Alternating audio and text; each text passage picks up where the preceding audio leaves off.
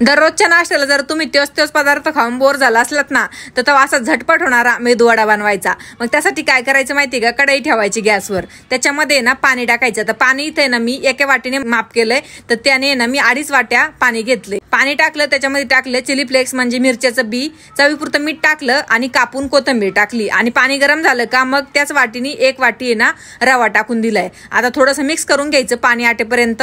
नंतर याला आहे ना मग थंड करायला एका प्लेटमध्ये काढून घ्यायचं. थंड झालं का याला आहे ना थोडंसं असं मळून घ्यायचं बरं का. मळून झालं का थोडंसं याच्यावर आहे ना तेल टाकायचं, जास्त नाही टाकायचं.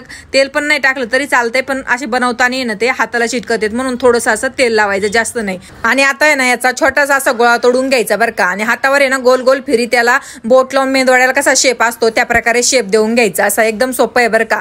आणि हे सगळं करायला लागलं का कढईमध्ये किंवा पॅनमध्ये तेल गरम करायला ठेवायचं. तोपर्यंत हे करून होते तर लगेच आहे ना एक सोडून द्यायचा तेलामध्ये. आणि आता याला आहे ना मीडियम हाय गॅसवर आहे ना चांगला असा खरपूस कलर व्यवस्थित आहे ना तळून घ्यायचं बरं का. चांगले आतपर्यंत असे एवढे तळले पाहिजेत. आणि एवढे ना जास्त तेल सुद्धा पित नाही आणि असे वाटत सुद्धा नाही की आहे रव्यापासून बनवलेले येतं. एवढे टेस्टी लागतात. आता इथे ना मी चटणी बनवली, तर चटणी बरोबर काय लागले काय सांगू तुम्हाला. नेहमी ना तोच नाश्ता खाऊन कंटाळा येतो, तर तवा असे झटपट होणारे रव्याचे मेदूवडे बनवायचे. तर तुम्ही बनवा आणि मला कमेंट करून नक्की कळवा.